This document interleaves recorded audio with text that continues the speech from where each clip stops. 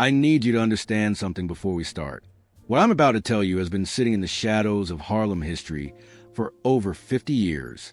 The people who know this story don't talk about it, and the ones who talked about it stopped talking permanently. Everyone thinks Frank Lucas was just a drug lord, a businessman in a chinchilla coat, but there's a 48-hour window in his life, a window nobody fully opens, where Frank Lucas did something so psychologically devastating, so morally complicated, that it scared the Mafia, silenced Harlem, and haunted Frank himself until the day he died. And the ending of this story is something I guarantee you have never heard. Not from any documentary, not from any film, not from any podcast. If you leave before the end, you will genuinely never know the full truth. And trust me, you will spend the rest of the week wondering. Close your eyes for a second and picture Harlem in 1950. Not the Harlem of newspaper headlines. Not the Harlem that white journalists wrote about from the outside looking in. The real Harlem. The one that lived and breathed and smelled like something you have never fully been able to describe to someone who wasn't there on any given evening. You could stand on the corner of 125th Street and hear 4 different jazz records leaking out of 4 different apartment windows at the same time. Billie Holiday from the 3rd floor, Charlie Parker from across the street, the bass line of something unnamed and heavy drifting down from a rooftop where somebody's uncle had dragged a chair and a bottle of something strong and was watching the city move below him. The women on those blocks dressed like they were going somewhere important every single day. Because they were. Every day in Harlem was important. Every day was a quiet act of dignity in a city that did not always extend that dignity willingly. The men wore their hats tilted at angles that communicated entire conversations without a single word. The children ran in packs through streets that everybody knew and everybody watched, because in Harlem in those years, a child was never entirely alone. There were always eyes. There was always someone who knew whose kid that was and where they needed to be. That is the world that made Bumpy Johnson. And that is the world that Bumpy Johnson, in return, spent 30 years trying to protect. Now, here's the first thing you need to understand about Ellsworth, Bumpy Johnson. And this is a thing that almost every documentary and every film and every podcast gets slightly wrong. They introduce him as a gangster first. He was not a gangster first. He was a neighborhood man first.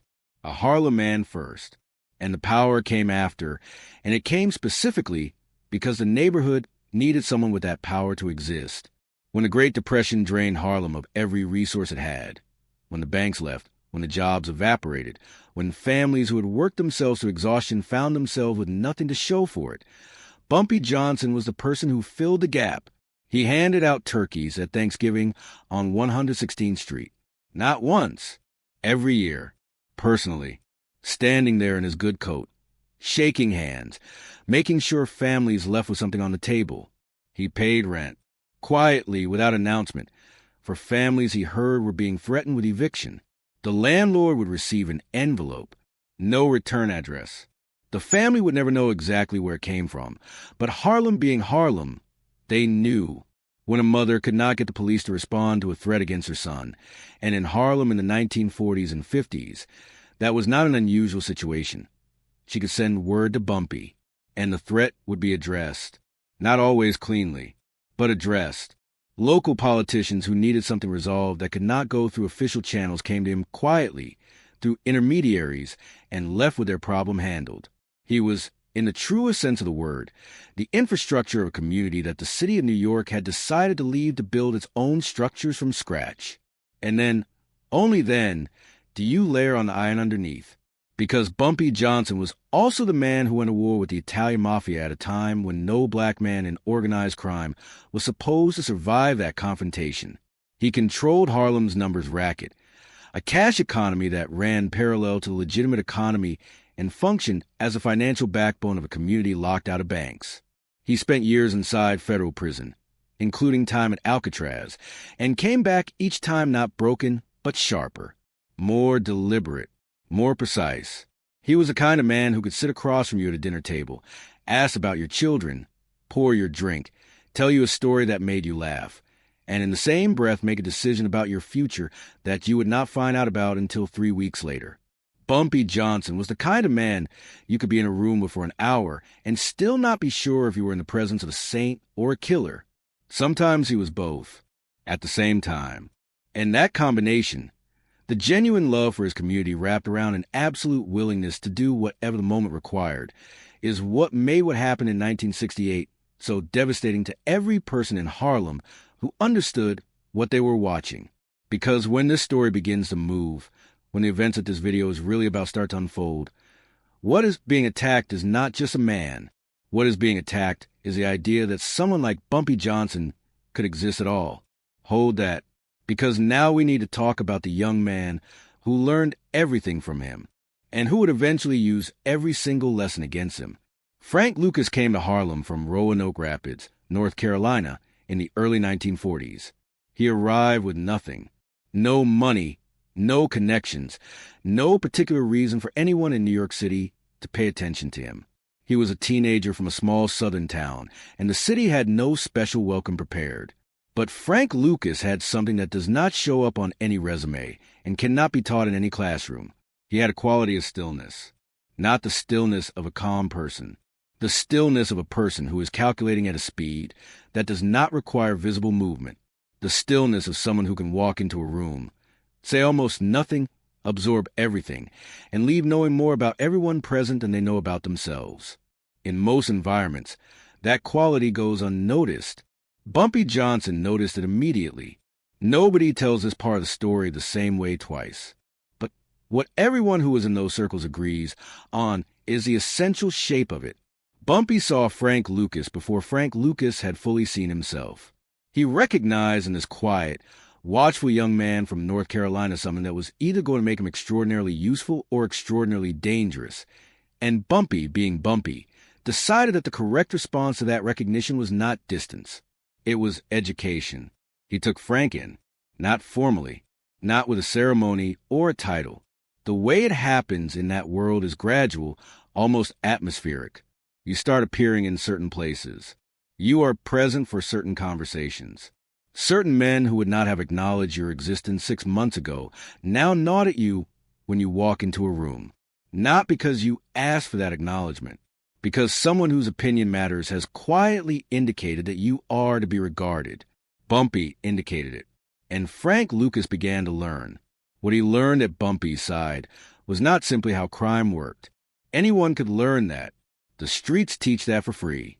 What Frank Lucas learned from Bumpy Johnson was something harder to acquire and far more valuable.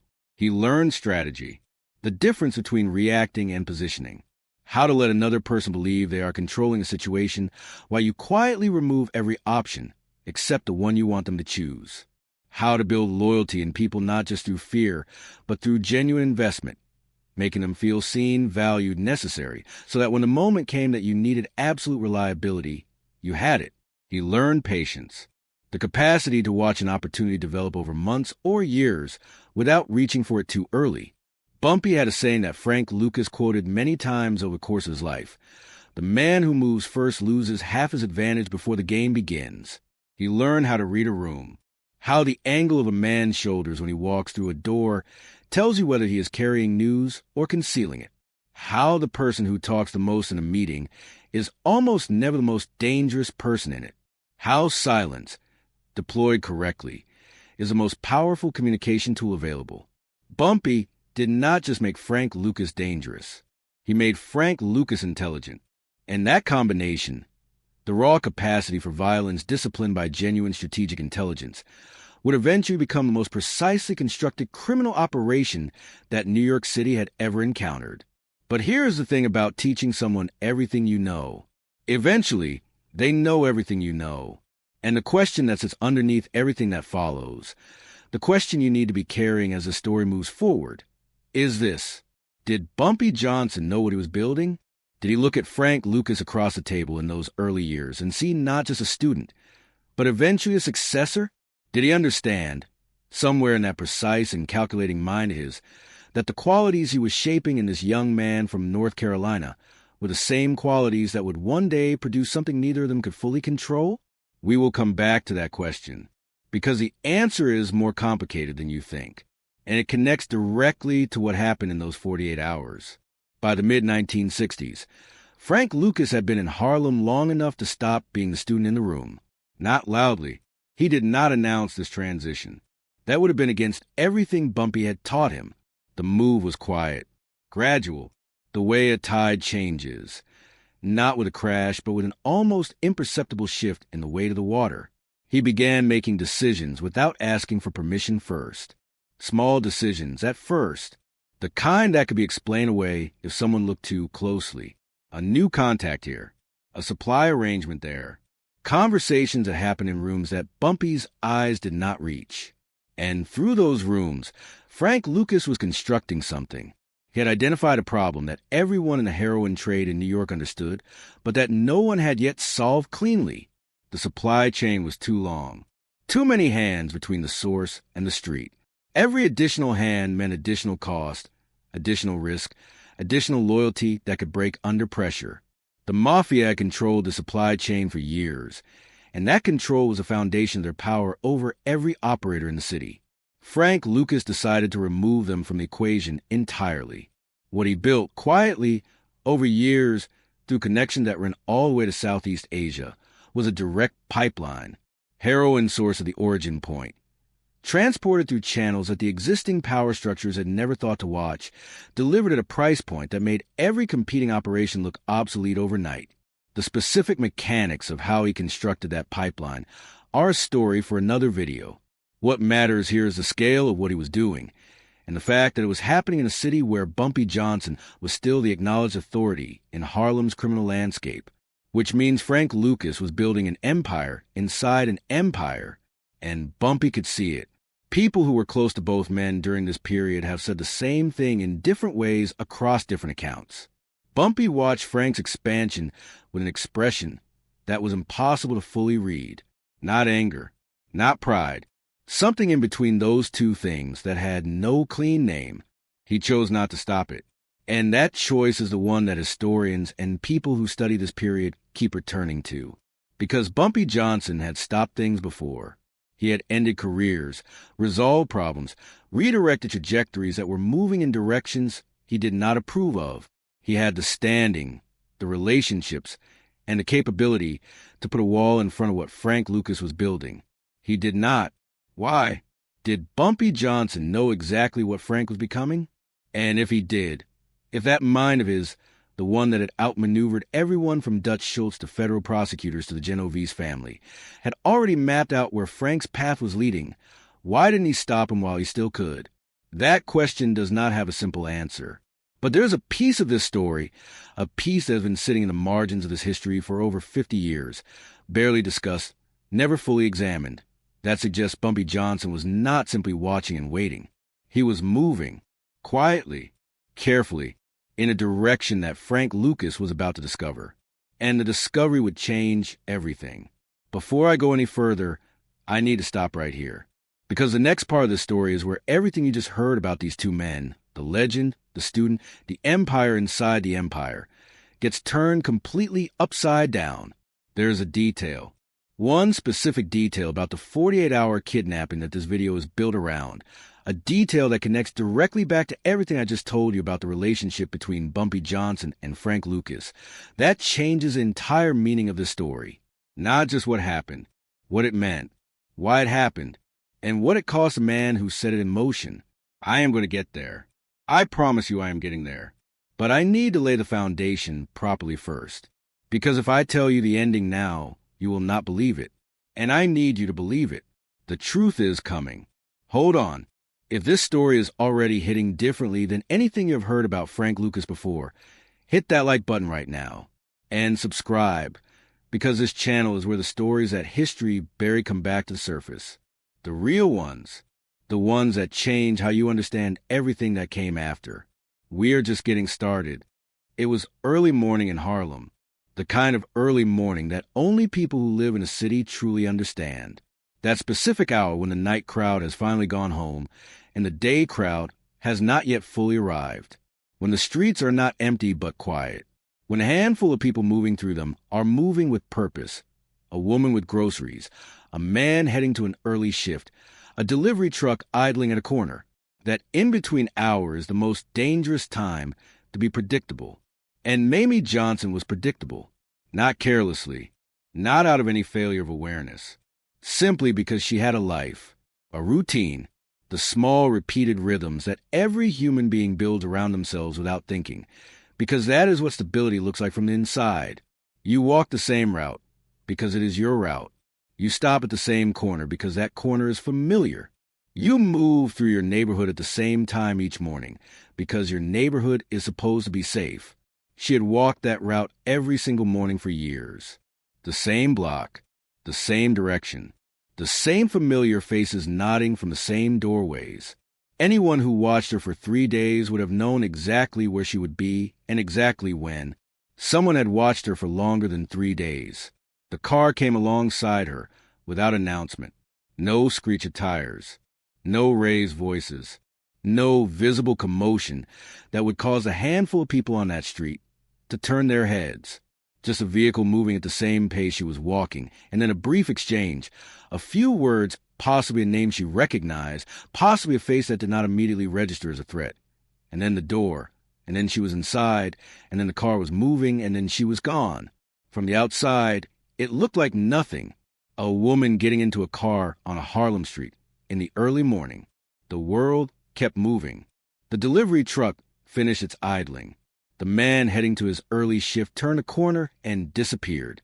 The woman with groceries went back inside her building. Nobody called anyone.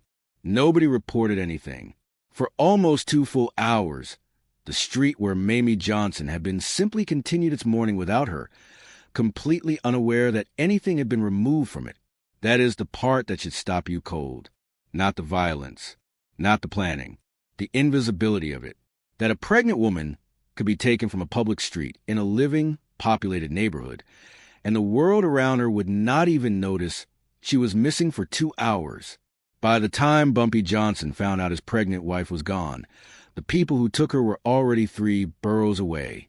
And Bumpy, who had survived the Italian Mafia, who had walked out of federal prison 3 times, who Harlem had considered untouchable for 30 years, sat down in a chair, and for the first time in anyone's memory, he did not know what to do. Think about what that image means. Bumpy Johnson, the man who had a response for everything, who had spent 3 decades building systems and networks and relationships precisely so that no situation could arrive without a prepared answer, sitting in a chair, still, quiet, because the one thing he had never fully prepared for had just happened.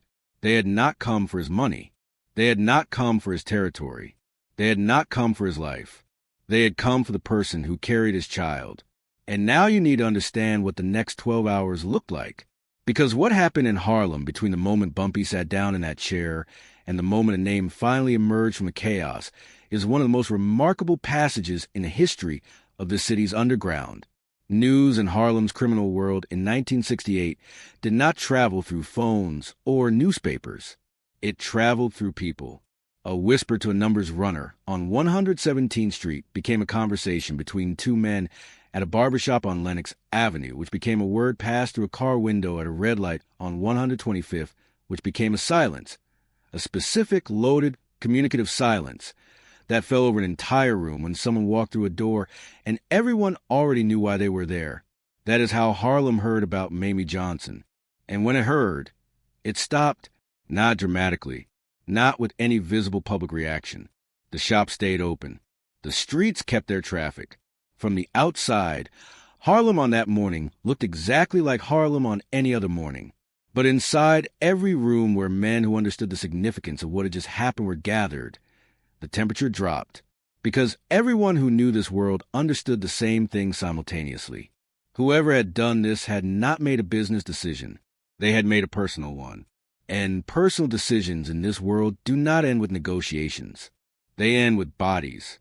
The question that moved through those rooms, the question that every player in New York's criminal infrastructure was turning over quietly behind careful expressions, was not whether violence was coming. It was who had been willing to start it. The Italian families were the first suspects in every room. They had history with Bumpy, long, complicated, unresolved history. Men who had been waiting for years for a moment of genuine vulnerability. A pregnant wife taken from the street was exactly the kind of pressure a certain kind of organization applies when it wants to send a message without firing a shot. But the Italian families had a way of operating that left recognizable fingerprints. And the fingerprints on this particular morning did not match their pattern. The next name that circulated was a rival numbers operator, a man who had been quietly building territory in neighborhoods that Bumpy's network touched. Taking Mayme would have been an extreme escalation, but ambition in this world had a way of making extreme things feel logical. That lead went cold within 3 hours. Then there were the new players, the men who had arrived in Harlem's criminal landscape on the back of the heroin trade. Younger, faster, less bound by the codes and courtesies that the older operators had maintained. Men who might not have fully understood what they were reaching for when they reached for Bumpy Johnson's family. That line of thinking lasted until someone who knew better quietly shut it down, because the operation that had taken Mayme Johnson off that street was not the work of someone who did not understand what they were doing. It was precise. It was planned. It was executed by someone who knew Bumpy's world from the inside. Every lead, every whisper, every phone call that came into Bumpy's circle in those first 12 hours pointed in the same direction. And the name at the end of that direction was the one name in all of New York that Bumpy Johnson never believed he would have to say in this context. A pause. 3 seconds of absolute silence. Frank Lucas. Let that land for a moment. Not a rival. Not an enemy.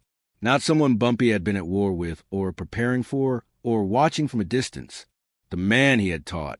The man who had sat at his table, learned his thinking, absorbed his strategies, been shaped by his hands over years of patient instruction. The man Harlem had watched grow from nothing into something, and had credited Bumpy with creating. That man.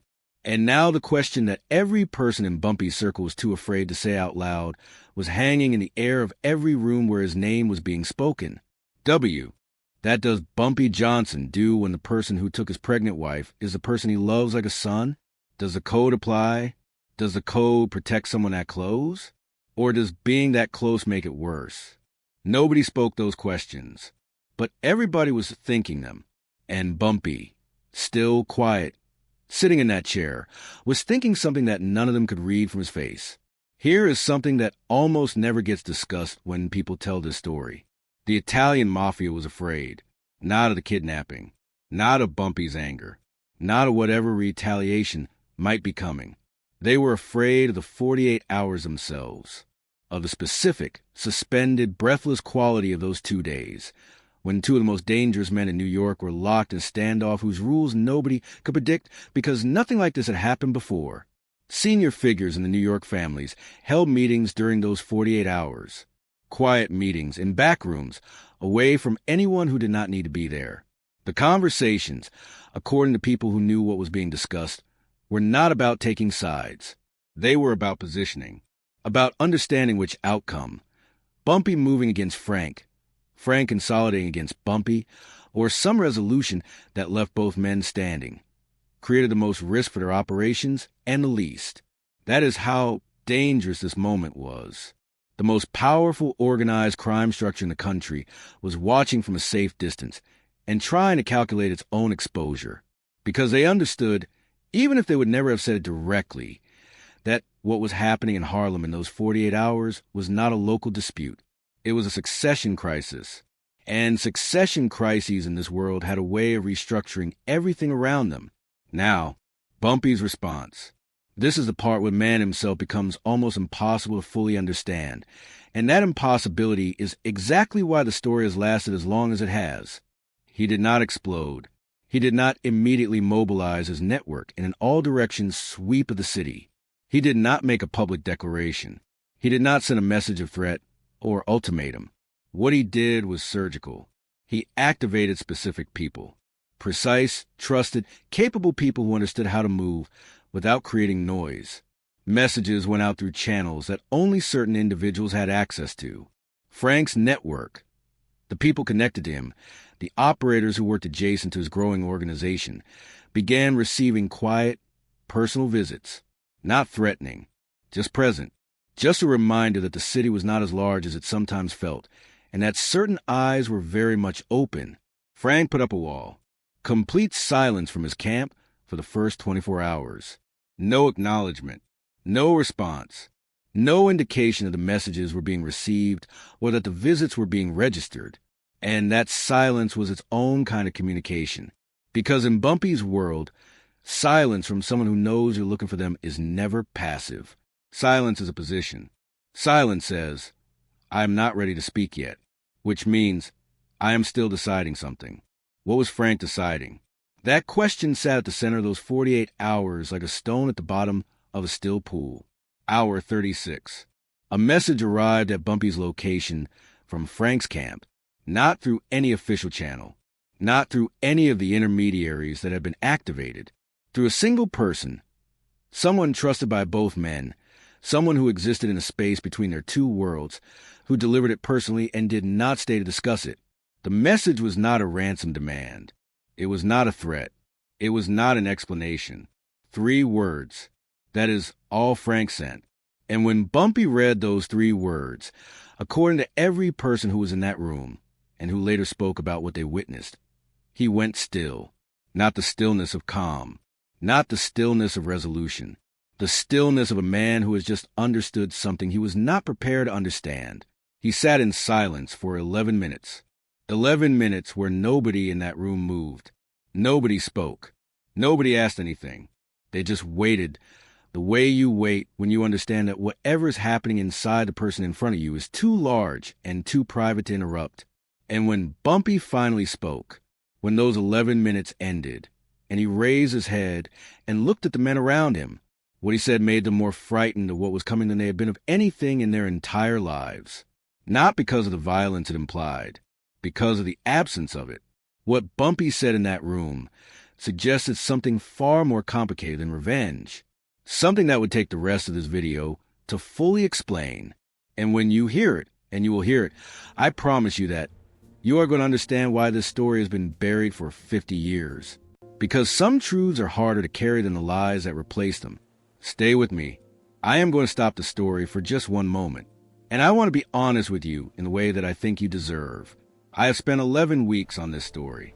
11 weeks going through archives, tracking down accounts from people who were inside these circles, reading through material that most researchers have never gone looking for.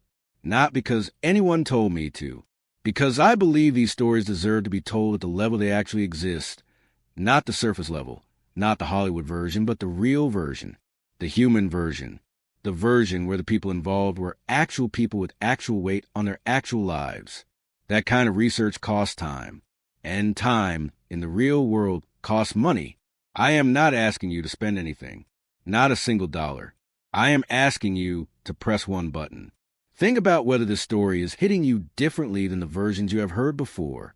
Think about whether the last few minutes felt like something worth finishing.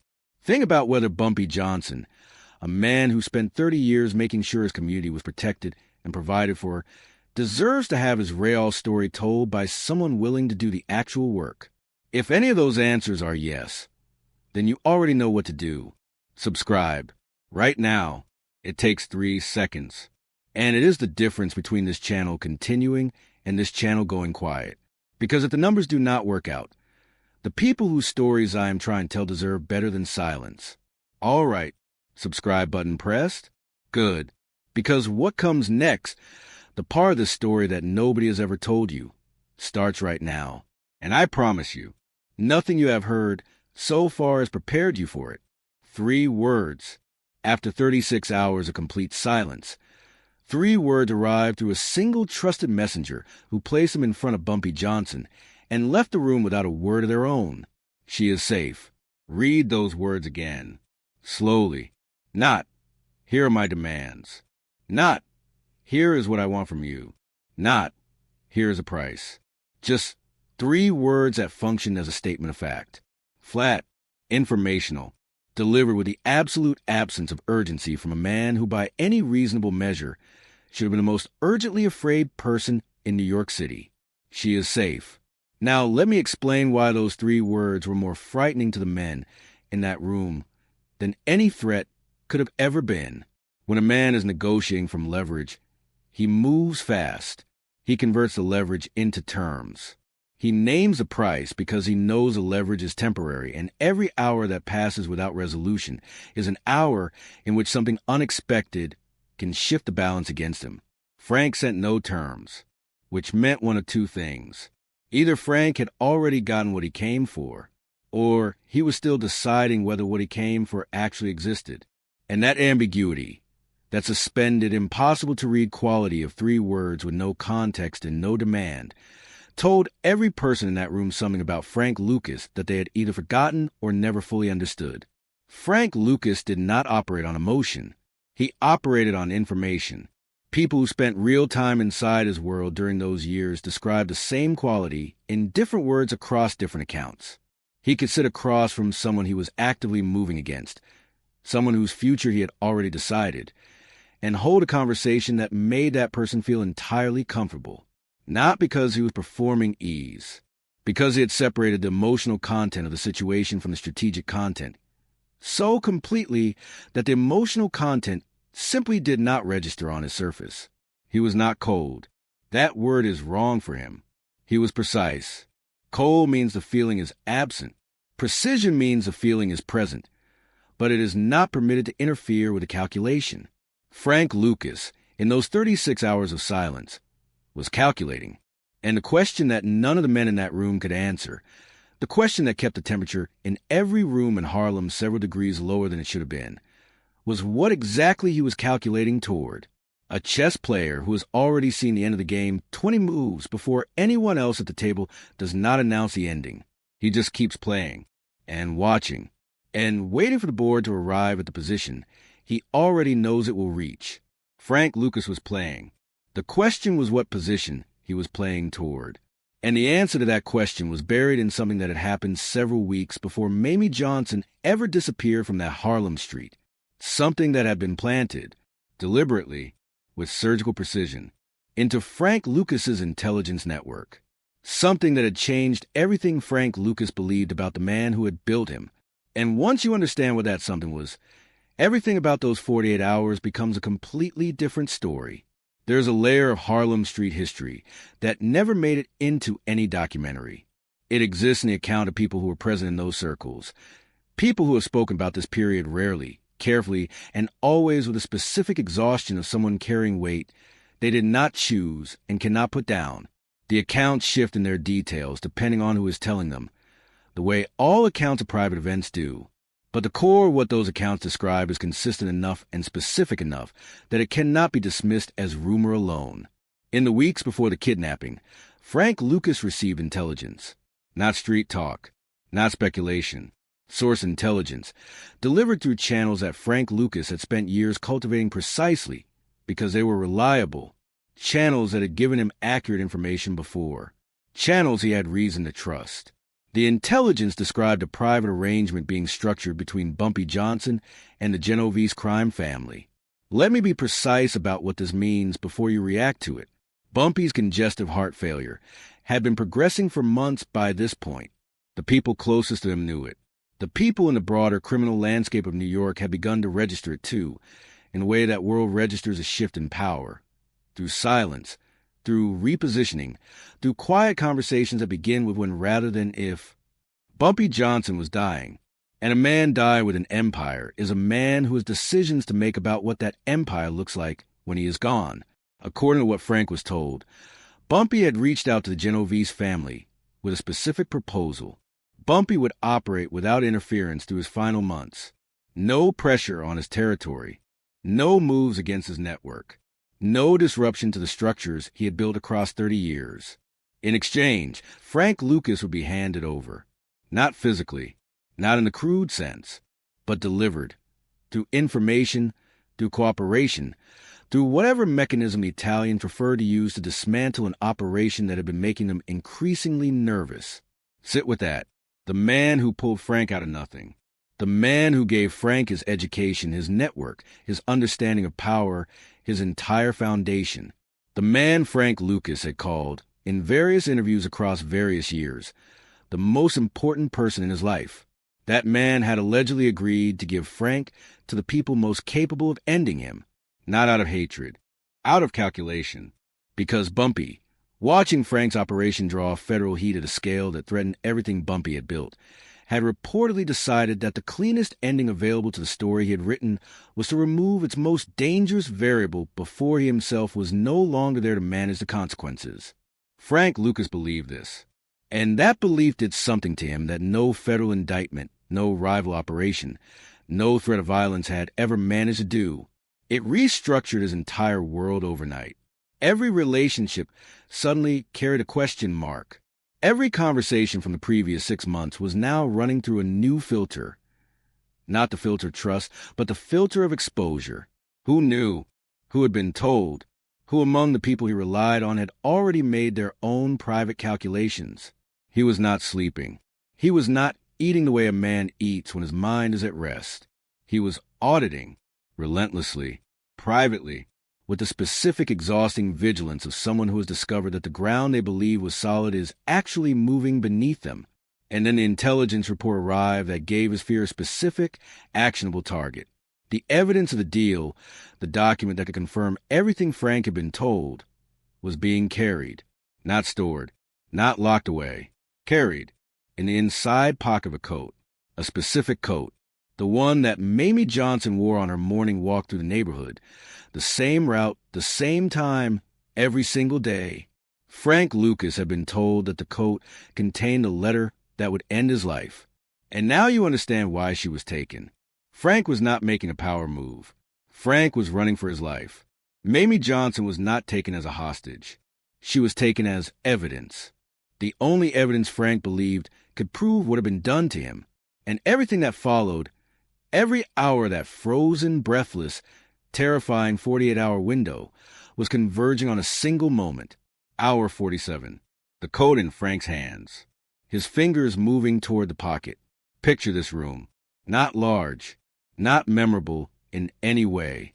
The kind of room that exists in every city. Walls that have absorbed too many conversations. Light that does not reach the corners. The specific quality of air in a closed space where several people have been waiting for a long time. Frank Lucas stood at the center of it. The coat was in his hands. The people in that room with him were not speaking. They understood, the way people in those circles understand things without being told, that this was not a moment for words, that whatever was about to happen was going to happen in complete silence, and that their role was simply to be present and to wait and to remember. 47 hours. That was the weight of what Frank was holding. 47 hours since Mayme Johnson had vanished from that Harlem street. 47 hours during which the Italian families had held quiet meetings in their back rooms and decided not to move. During which Harlem's entire criminal infrastructure had gone still in the specific way that cities go still before something large and irreversible happens. During which Bumpy Johnson had sat somewhere across the city, read 3 words, gone silent for 11 minutes, and then said something to men around him that had made them more frightened of what was coming than anything they had experienced in their lives. 47 hours. All of it, every frozen, suspended, breathless hour of it, concentrated now into this coat and this pocket and these next 30 seconds. Frank's hands moved to the outer pockets first. Left side, his fingers pressed into the corners, move along the seam. Empty. Right side, same movement. Same deliberate pressure along every inch of the space. Empty. He turned the coat over once. The fabric caught the available light. He checked the collar, the cuffs, the exterior seam along the hem. Nothing. He moved to the inner lining, left inside pocket. His fingers went in slowly, unhurried, the patience that had been Bumpy's most important gift to him, now being used in service of something Bumpy had never intended it for. His fingers moved to the far corner of the pocket, pressed upward against the seam. Empty. The room did not move. Right inside pocket. Frank's hand went deeper this time, past the obvious space, into the fold where the lining meets the interior panel, the place where something flat and folded could sit against the fabric and not create a visible outline from outside. He pressed every inch of it. His fingers moved slowly from the top of the pocket to the bottom seam, then back up, then across the width. He pulled his hand out, looked at it, looked at the coat. One of the men in the room took the coat from him without being asked, laid it flat, and went through it the way people in that world go through things when the stakes require absolute certainty. Seam by seam, panel by panel, the lining separated carefully from the outer fabric along the points where it could be opened without destruction. Every inch examined. Frank watched without speaking, and then the man set the coat down and looked at Frank and did not need to say anything, because the coat that Frank Lucas had crossed the one uncrossable line in his entire life to retrieve, the coat that carried the evidence that had justified everything, that had given 47 hours of Harlem's frozen breath a reason to exist, was empty. There was nothing inside it. There had never been anything inside it. And in the silence of that room, with the coat laid flat and every seam checked and every possible concealed space confirmed as empty, Frank Lucas felt something move through him that had no name in the vocabulary of the world he had built himself to inhabit. Not fear. He knew fear. Not anger. He knew anger. Something older and quieter and far more destructive than either. The understanding, arriving fully formed, all at once, the way the worst understandings arrive, that the story he had been told was not intelligence. It was a construction. Someone had built it, with the specific, deliberate, expert knowledge of exactly what Frank Lucas would do when he believed it. And there was only one person in the world who knew Frank Lucas well enough to build something that precisely targeted the man who had built Frank himself. Stay with me, because what I am about to tell you is the part of this story that changes everything you have heard for the last 22 minutes. What Frank Lucas found inside that pocket, after 47 hours, after crossing a line that even men who had seen everything told him never cross, is the reason that every person who was in that room with him has refused to speak about it publicly for over 50 years. I am going to tell you exactly what it means, right now, in 60 seconds. But before I do, you need to understand something. What comes next does not just change this story. It changes every single thing I have told you about both of these men since this video began. It changes what the kidnapping was. It changes what Bumpy Johnson was. It changes what Frank Lucas became, and why he could never fully become anything else after this moment. Are you ready? I genuinely do not think you are. 5 seconds. Stay with me. The pocket was empty. No letter. No document. No agreement. No evidence of any arrangement between Bumpy Johnson and the Genovese crime family. No names. No signatures. No proof of anything. Nothing. Frank turned the coat over in his hands a second time. This is the detail that the people who were in that room have described most consistently when they have spoken about it all, not the emptiness itself, but the turning, the way Frank's hands moved over the fabric again even after the answer was already clear. Not because he expected to find something different, because the mind, when it receives information it cannot immediately absorb, returns to the source of that information and repeats the experience, searching for an alternative. There was no alternative. The lining was checked twice more. Every seam, every possible concealed space, every fold of fabric that could theoretically conceal something flat. Nothing. And as that word settled into the room, nothing, the intelligence report that had started all of this began to look completely different. Not like intelligence, like architecture. Someone had designed this. Build a story with enough specific detail, enough source credibility, enough precise targeting of Frank Lucas's particular fears. His fear being sold out, his fear of the Genovese family, his fear of betrayal from the one relationship in his life that had made him everything he was, to make Frank act in the most extreme, most irreversible way available to him. Someone had understood that if Frank Lucas received credible intelligence that Bumpy had sold him out, Frank would not go to Bumpy directly. He would move, fast, without the pause that might have let doubt enter, the way a man moves when he believes he is already dead, and the only option remaining is action. And there was only one person in New York City who understood Frank Lucas at that depth, who had watched him long enough, shaped him carefully enough, known him intimately enough to construct something that would travel through his specific intelligence channels and land in his specific psychology with the precise weight required to produce a specific response. Bumpy Johnson, from a hospital bed, with congestive heart failure, taking him apart week by week, had manufactured the most elaborate psychological construction in the history of Harlem organized crime. And he had not done it to destroy Frank Lucas. He had done it to test him. That word needs a moment. Test. Because everything that followed in Frank Lucas's life, the federal arrests, the cooperation, the decades of aftermath, the film, the interviews, the way he talked in quiet moments during his final years, only makes complete sense when you understand what Bumpy was actually asking with that empty coat. The question was not whether Frank was capable of the kidnapping. Bumpy already knew the answer to that. Bumpy had watched Frank become capable of it, piece by piece, year by year, across the entire span of their relationship. The question Bumpy was asking was something far more specific and far more human. When a son hears something terrible about his father, something that, if true, would change everything between them, what does a real son do? He goes to his father, not to a plan, not to the most extreme version of himself, not to the streets, or to a network, or to a particular kind of action that bypasses the possibility of being wrong, because it moves too fast for doubt to catch up.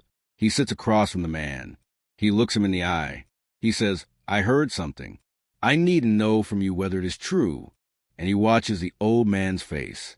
Because a person who has known someone long enough, who has sat across from him through enough honest moments and difficult conversations to know the difference between the face that conceals and the face that does not, can hear the truth in a face even when the words are careful. That is what trust looks like when it is real. Not the absence of fear. Not the absence of doubt. The willingness to bring the fear and the doubt directly to the source, and to let the answer be whatever it is. Frank Lucas did not do that. He received the intelligence. He let it work on him through weeks of sleeplessness and auditing and the slow erosion that fear performs on a mind that cannot find solid ground.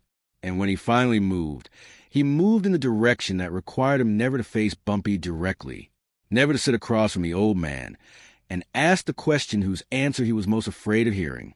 And the reason is not what most people would assume. Frank Lucas was not a coward.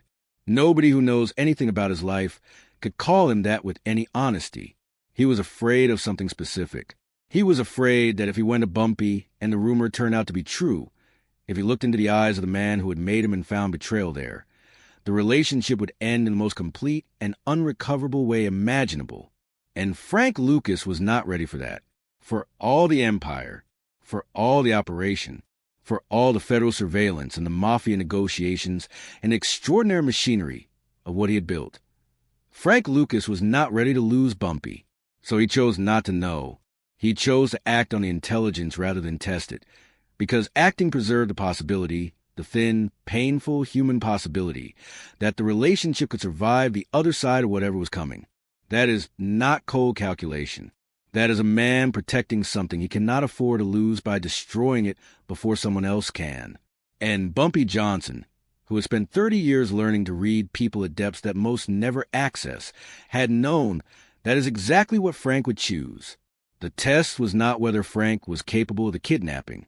The test was whether Frank would choose trust over fear, when the cost of trust was everything. And Frank, the most calculating, most patient, most strategically intelligent criminal mind Harlem had ever produced, failed the most human test of all, because in the end, fear beat love. And Bumpy Johnson died, knowing that the boy he had raised had become everything he was capable of becoming, and nothing of what Bumpy had hoped he would choose to be. Frank Lucas was arrested in 1975. He went to federal prison. He cooperated with authorities in ways that dismantled operations across multiple organizations and produced convictions that law enforcement had spent years trying to achieve. He was eventually released, prosecuted again, sentenced again, released again. He lived to be portrayed on screen in front of global audiences by one of the most celebrated actors of his generation. He gave interviews. He watched his own mythology expand and shift and take on a life entirely separate from the actual man. He outlived nearly everyone who knew what really happened in those 48 hours. He outlived the fame, the infamy, the film, the myth, the people who loved him and the people who feared him, and most of the people who had been in that room when his hands came out of an empty pocket and the whole architecture of what he had done came apart at the foundation. He died in 2019, 88 years old. And the people who spent time with Frank Lucas in his later years, not for documentaries or books or any official record, but in the ordinary quiet of an old man moving to the last passage of a very long road, describe a recurring quality to his conversations when they became genuinely honest. He did not come back to the drugs. He did not come back to the money or the operation, or the years of federal pursuit, or the cooperation agreements, or any of the machinery of what had made him famous. He came back to Bumpy. Not to what Bumpy had taught him, not to what Bumpy had given him. To those 48 hours. To the coat. To the specific, quiet, unresolvable feeling of understanding. Too late, that the man he had moved against had never actually moved against him at all. Frank Lucas died with everything material stripped away. The money gone. The operation dismantled. The untouchable reputation dissolved across decades of federal proceedings and public record.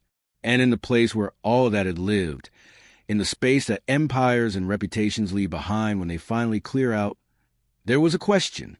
Simple, quiet, the kind of question that does not require a voice to be heard every single day. Did you trust me? Not an accusation. Not even a question, really. Just 4 words that functioned the way the empty pocket had functioned, as a plain statement of what had happened, a record of a moment, a fact that could not be undone by anything that came after it. Bumpy Johnson never asked it out loud. He did not have to. The empty pocket asked it every single day for the rest of Frank Lucas's life.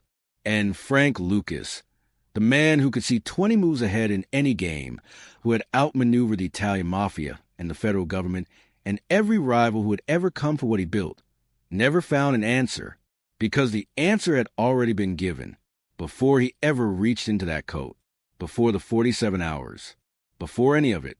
In the moment, he chose the streets over the man, fear over trust, action over the one conversation that might have changed everything. Some prisons do not have walls. Some sentences do not end when the papers are signed. And some betrayals, the kind that hollow a man out from the inside and keep working long after the events themselves have passed, are the ones we commit against the people who never actually betrayed us at all. That is a story that history buried. That is the 48 hours nobody fully opens. And now you have heard it. If the story landed on you the way I think it did, there's one thing I am asking you to do right now. Not a share, not a like, one button. Subscribe, because this channel exists for exactly this reason. The version of history where the people involved were actual people, with actual weight on their actual choices, actual love in their actual relationships, actual consequences that lasted longer than any sentence a judge ever handed down. Not the myth. The man. If you believe that Bumpy Johnson deserves to be understood rather than just remembered, subscribe right now. It takes 3 seconds, and it is the only thing that keeps this research going. Then drop a comment below. Tell me where in the world you are watching this from. Tell me whether you had ever heard this version of the story before tonight. Tell me what the empty pocket means to you. Because the people who watch these videos come from everywhere. From Lagos and London, from Los Angeles and small towns in Georgia and places in between that most people could not find on a map. And every single one of them arrives at the same story from a different direction. That is what Harlem was at its deepest level. People carrying the truth of something until the right moment to put it down in front of someone willing to actually receive it. You received it. Thank you for staying until the end.